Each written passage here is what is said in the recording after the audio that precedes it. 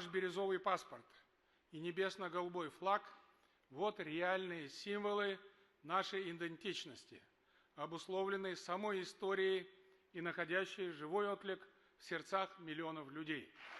Наш паспорт дает человеку полный объем прав и обязанностей, связанных с гражданством Республики Казахстан, вне зависимости от этнического происхождения, религиозных взглядов, социального статуса.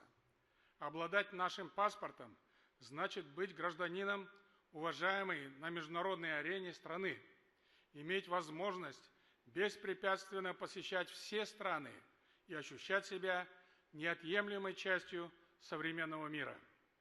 И это значит всегда и везде чувствовать себя под защитой своего государства. Паспорт Казахстана олицетворяет прогрессивные ценности, на которых основано наше единство и согласие.